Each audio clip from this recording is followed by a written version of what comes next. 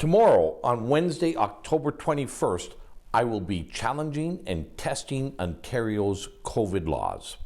I will not be protesting. I will be gathering with friends. Here is my question in the Ontario Legislature today, where I question and challenge the government. Make sure to share, like, and follow my videos. Member for Lanark, Frontenac, Kingston. Speaker, my question is to the Premier.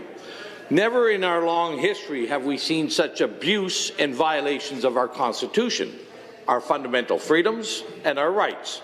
As the Premier spouts that we're all on the brink, the Minister of Long-Term Care refers to COVID as comparable to a bad flu season.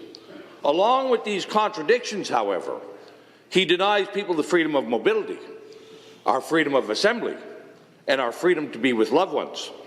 But his laws are unconstitutional, and they will be tested.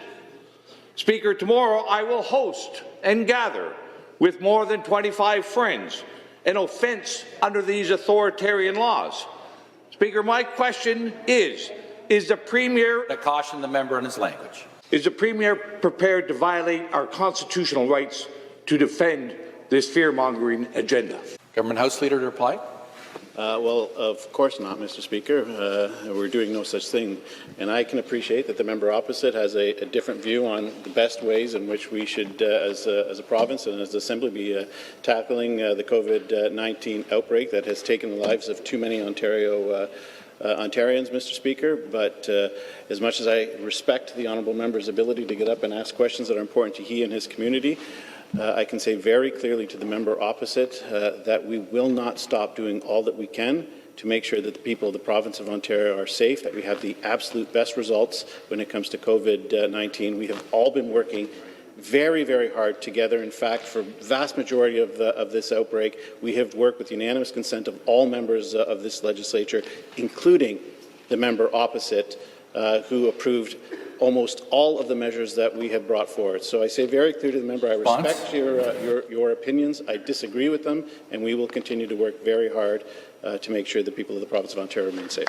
Again to the Premier, and just for the record, since May I have opposed many of these unconstitutional measures, and I'm on the record for doing that. I'll be testing this law at 10:30 tomorrow morning in Queen's Park, directly north of the Assembly. We'll be social, but we won't be masked. We'll be greeting people. If the Premier believes his laws are valid and not just scare tactics, he can throw the book at me tomorrow. Have Toronto bylaw, Toronto Police, come and charge me as the host and the organizer. The law must be tested in our courts, but I have the doubt that he has the courage to defend it. Speaker, again to the Premier. Will the Premier defend our Constitution, or will he violate my rights? From here, it looks like he's just being a political yahoo. I'm going to ask the member to withdraw the unparliamentary comment. Withdraw. I think the quality of the question really speaks for itself. There has been a number of